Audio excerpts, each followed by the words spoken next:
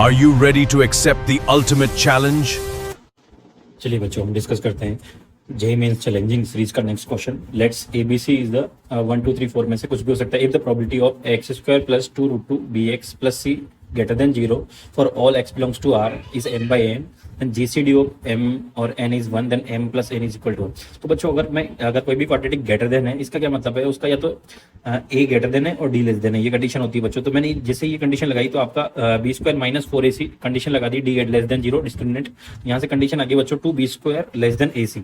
बच्चों आपकी जो टोटल पॉसिबिलिटीज हो सकती है 4 नंबर्स की 3 पार्ट में 3 एबीसी में डिस्ट्रीब्यूट करना, तो एक एक को 4 4 4 4 पॉसिबिलिटीज हो सकती है। इनकी टोटल पॉसिबिलिटीज कितनी हो जाएगी?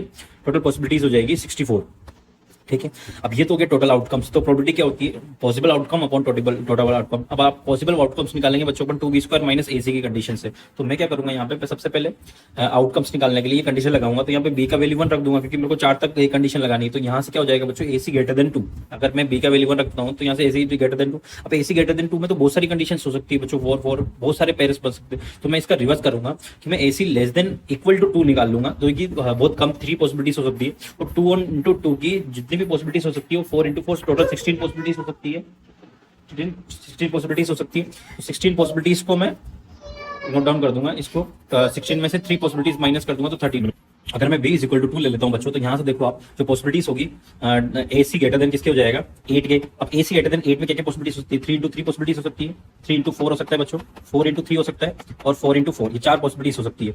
अगर आप ac चीज में b इज इक्वल टू 3 रखोगे बच्चों, तो देखो 2 into 3 square less than ac, इनका मतलब ac लेस देन किसके? 18। अब 18 तो हो ही नहीं सकता बच्चों क्योंकि 4 इंटू 4 लास्ट पेयर होगा आपका 4/4। तो ये हाईएस्ट 16 हो सकता है।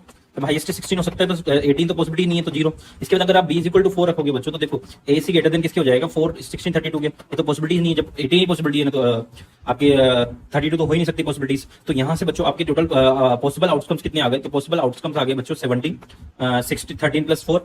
तो आपका जो प्रोबेबिलिटी ऑफ ए हो जाएगा possible total 17 upon 64 possibilities outcomes upon total outcomes. तो यहाँ से बच्चों इसने पूछा है कि अगर m और n का एलसीएम 1 हो HCF, तो 17 और 64 का एलसीएम भी 1 नहीं होता, तो ये दोनों को ऐड कर देंगे, m प्लस n इसने पूछा है, ये आपका आंसर हो जाएगा।